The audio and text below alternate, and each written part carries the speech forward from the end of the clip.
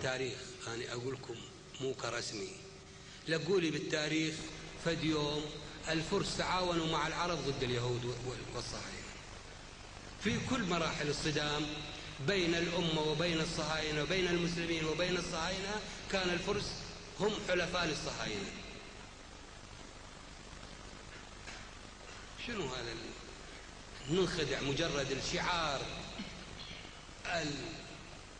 الشيطان الأكبر؟ وين هو الشيطان الأكبر؟ هاي أفغانستان بلد جارهم ومسلم.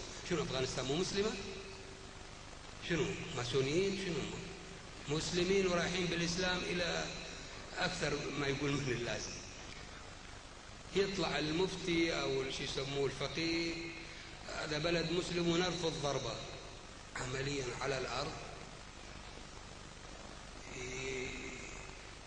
تحالف الشمال شنو هو؟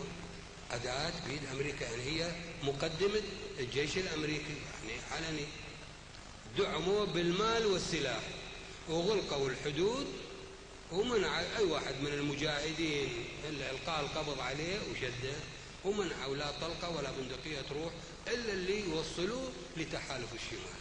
وحضروا مؤتمر برلين اللي عدته أمريكا شنو يعني،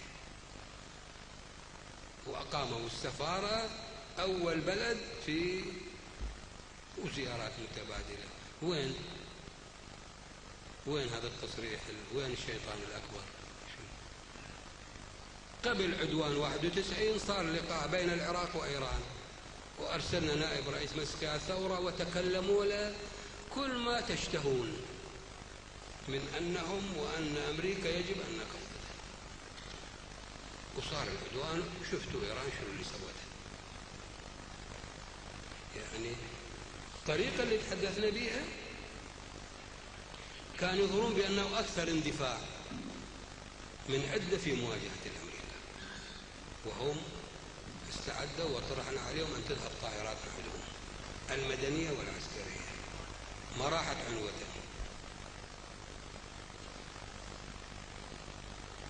في أول لحظة انكسار،